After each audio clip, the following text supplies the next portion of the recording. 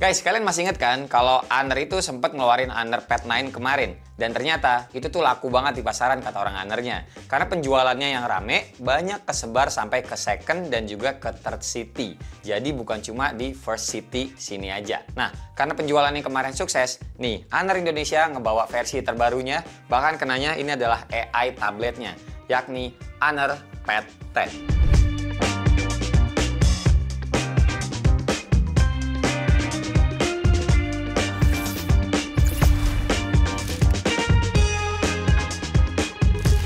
Hai semua, gue Wasa.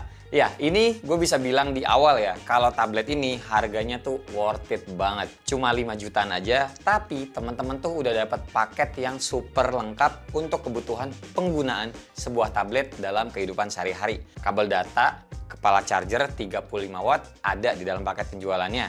Terus kita juga dikasih keyboard Bluetooth dan juga dapat pensilnya nih.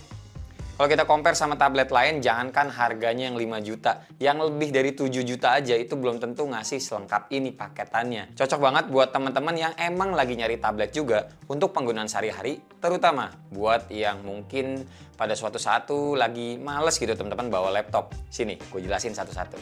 Kita mulai dari device-nya ini aja dulu deh ya. Tabletnya sendiri ini ukurannya 12,1 inci. Tebelnya 6,20 mm aja dan beratnya cuma 527 gram aja. Baterainya ini paling gede loh di kelasnya di layar yang sama-sama 12 inci ya, yakni 10.100 mAh. Kuat banget nemenin seharian lebih banyak, 2 hari juga bisa nyampe ini. Panelnya sendiri masih IPS, belum AMOLED. 1600 x 2560 pixel yang setara 2K dan refresh rate-nya 120 Hz. Sayangnya layarnya ini tuh belum paper matte, tapi ya gampang lah diakalin. Tinggal tambahin aja pakai anti gores nantinya kalau teman-teman perlu dan sering banget ngegambar di tablet. Kalau jarang ngegambar di tablet ya bisa dipakai tempered glass aja. Soalnya ini tuh layarnya flat, jadi biar ada proteksi tambahan. Makin worth it juga soalnya tablet ini secara performa udah kenceng buat sehari-hari. Chipsetnya kita tuh dikasih Snapdragon 7 Gen 3, dipaduin sama RAM-nya 8GB plus 8GB juga, serta secara software ini tuh udah pakai Magic OS 9 berbasis Android 15 bawaan lahir.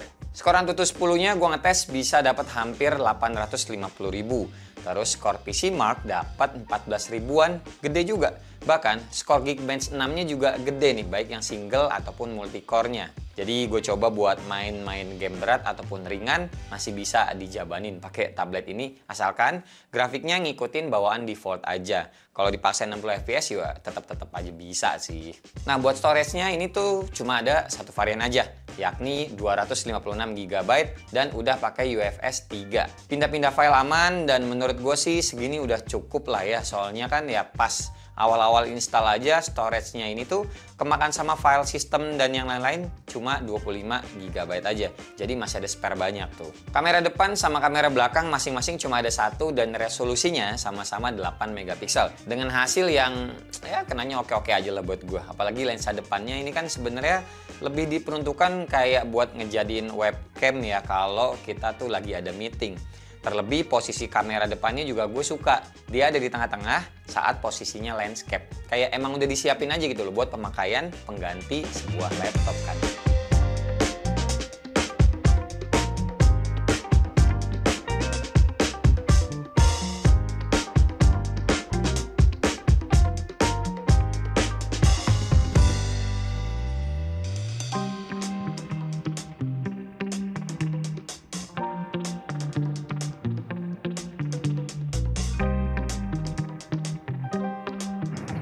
Oke, ini contoh video kamera depannya ya, dan ini tanganku udah pol. Kalau dipolin banget masih segini dan masih gede banget gitu loh. Keropan muka gue nya gede banget dan megangnya susah ya. Ternyata kalau ngevideo pakai tablet. Mesti 2 tangan guys, kalau nggak 1 tangan tuh berat banget. Dan ya udah penangkapan mic-nya kayak gini, terus dibawa jalan aja tuh kayak ya berasa sih gempanya. Ya maklum lah namanya juga kamera buat tablet ini kan aslinya yang tadi gue bilang ya, harusnya tuh buat kayak webcam aja kalau meeting online gitu. Tapi gimana menurut kalian? Coba tulis di kolom komentar. Oke, lanjut. Oke, ini kamera belakangnya 1080p 30 fps aja paling mentok-mentoknya guys. Lagi di daerah Bintaro, lagi ngadem aja bentar sekalian nyari contoh video. Memang gue bawa jalan kaki, tapi gue pegang dua tangan tuh, kelihatan ya di bayangan. Kalau satu tangan berat banget jadinya. Itu ini banyak ojol-ojol kayaknya pada istirahat di sini buat nanti nungguin jam rame lagi atau sekedar nungguin memang gitu. Oke. Ya, oke gini kualitasnya. Dan kita lanjut lagi. Oke, masuk ke pembahasan soal pengganti laptopnya. Pertama, dari keyboardnya ini sistemnya pakai Bluetooth ya. Jadi bukan yang kayak ada konektornya di bagian bawah antara tablet sama keyboardnya ini, enggak. Ada juga tombol on off-nya di sebelah kanan, dekat sama port ngecas keyboardnya juga. Jadi lebih fleksibel nih. Kalau misalkan teman-teman tabletnya tuh lagi nggak mau nyangkut sama case-nya, keyboardnya tetap bisa dipakai buat ngetik-ngetik. Kedua, pen atau stylusnya ini tuh nggak ada magnetiknya. Jadi harus dicas nih, ada colokan Type-C-nya di bagian atas. Sekali ngecas bisa up to 5 hari kok, termasuk awet baterainya. Dan nyalainnya tuh mesti ditahan satu tombol di sebelah sini kayak begini.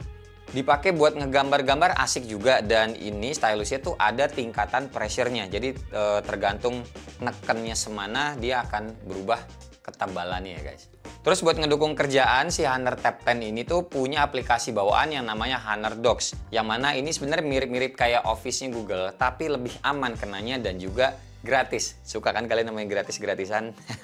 Jadi, di aplikasi ini tuh ada kayak semacam Word, Excel, dan juga PowerPoint gitu. Bisa banget buat pengganti teman-teman yang biasanya kerja pakai aplikasi yang serupa. Di dalamnya juga lengkap. Bahkan kalau mau bikin pivot di Excel-nya ini juga bisa, rumus-rumusan apalagi. Terus buat yang docs juga seamless banget, kalau mau dibagi dua atau di split layar kayak begini juga gampang buat masuk-masukin gambar dan di tulisan yang udah kita buat. Kemudian soal AI, di Honor AI ini juga lengkap. Ada AI Conference. Gampangnya AI ini tuh bisa langsung mengetik apa yang sedang dibicarakan oleh narasumber.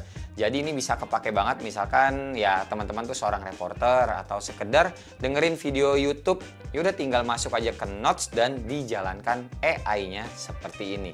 By the way, ini nggak cuma bahasa Inggris sama Mandarin aja ya, bahasa Indonesia juga udah mendukung, tapi rada-rada masih suka error sih, tinggal kita rapin aja sendiri nantinya. Dan kita tunggu update-nya juga dari Honor. At least ini tuh kenanya ngebantu banget daripada kita harus ngetik-ngetik manual topik apa yang sedang dibicarakan sama narasumber gitu misalkan. Dan asiknya lagi, ini bisa langsung mengkonversi ke bahasa yang lain. Kita juga bisa bikin summary-nya, jadi bisa bikin waktu tuh lebih ringkas jadinya ya dalam membuat suatu dokumen. Dan enaknya juga, kita bisa nge-save as PDF tanpa mesti nginstal-nginstal aplikasi lainnya. Terus ada juga AI Compose. Nah ini tuh ngebantu buat teman-teman yang mungkin kaku gitu orangnya, atau mau nulis pesan macam minta izin sama bos di kantor kalau kalian tuh mau izin sakit karena kalian anak baru di kantornya jadi ngomongnya kaku atau nulisnya takut salah. Nah ini dengan adanya AI juga teman-teman bisa ngebantu bikin tulisan jadi lebih sopan dan juga formal. Kemudian ada juga Magic Portal yang bisa ngebantu kita misalkan mau ngambil screenshot modelannya tuh bisa diketuk kayak gini ya. Terus tinggal ditarik aja nanti gambarnya ke pinggir layar dan bisa langsung share ke aplikasi tertentu, mau dikirim kemana atau dimasukkan ke notes-nya juga bisa. Jadi ya kenanya seamless banget sih antar aplikasi. Nah terus juga nih soal fitur sharing-sharingnya yang bisa antar device atau bahkan mirror-mirror juga bisa gitu loh, multi-screen ke yang lainnya. Buat AI lainnya yang standar kayak bawaan Google ya, kayak Circle to Search, Gemini ini juga ada. Dan ingat, Honor ini ada Google-nya, nggak kayak saudaranya yang satu itu, sebut aja Huawei. Intinya balik lagi ya, kalau ngomongin produktivitas ini udah asik banget dibawanya tablet Honor Pad 10 ini. Dan oh iya, lupa juga soal entertain. Tablet ini juga manjain banget, dengan total speakernya itu ada 6 secara hardware-nya di dalamnya ya. Walau ini kelihatannya cuma ada 4 lubang-lubangan di frame-nya, dan ini tuh suaranya masih cukup detail dan tidak cempreng kenanya walau volumenya kita maksimalin. Terus baterainya yang tadi gue sebut 10.100 mAh, gue juga udah ngetes buat screen time-nya. Ini bisa nyampe hampir 12 jam, termasuk awet dengan layar yang segede ini. Terus buat ngecasnya juga dengan charger bawaan. Nah ini nih, sayangnya nih, ngecas dari 2% sampai full makan waktu kenanya tuh ya di bawah 2 jam sih. Tepatnya 1 jam 50 menit. Kalau aja tabletnya bisa ngecasnya lebih cepat lagi gitu ya, skill di tabletnya ya, bukan skill di kepala chargernya. Kayaknya lebih ajib lagi sih tabletnya ya. Cuma ya oke lah.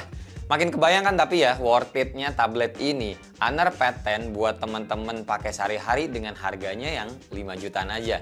Tapi kalau menurut teman-teman harganya juga masih belum cocok nih yang 5 jutaan, Honor masih ada opsi 2 tablet lainnya yang kali aja cocok sama teman-teman. Nih, salah duanya. Yang pertama adalah Honor Pad X9a yang harganya itu lebih terjangkau lagi, yakni sekitar 3 jutaan aja dengan skill yang mirip-mirip serta ada keyboardnya juga.